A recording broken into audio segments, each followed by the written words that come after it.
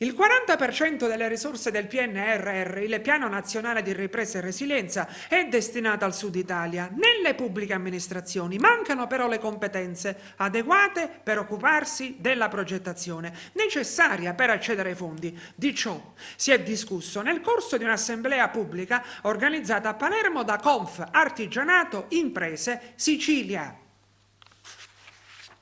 Il PNRR è un'opportunità incredibile per le imprese, per il territorio, per i comuni, per la comunità tutta.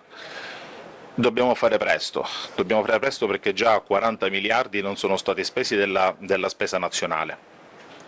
E dobbiamo fare bene anche perché, essendo un'opportunità imperdibile, dobbiamo essere in grado sempre di lavorare al meglio ed essere sempre sul pezzo. Noi siamo come cerniera fra la gente, fra le imprese e le istituzioni.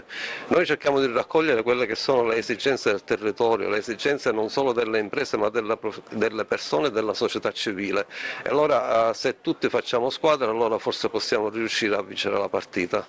Qui in Sicilia c'è un poderoso aumento di quelle che sono le risorse destinate, circa il 40%, e per farlo occorre questa che io definisco sostenibilità amministrativa. Noi ci poniamo come interlocutori con la pubblica amministrazione, quindi con i governatori regionali, con tutti i comuni, per dare una mano, per fare sistema, perché tutti si possa partecipare ad un rilancio del Paese. E credo che partendo proprio da qui, dalla Sicilia, ci sia una piena valorizzazione come questo territorio merita, perché le tante opportunità devono essere sfruttate al meglio, perché vogliamo scrivere una pagina importante per la nostra nazione.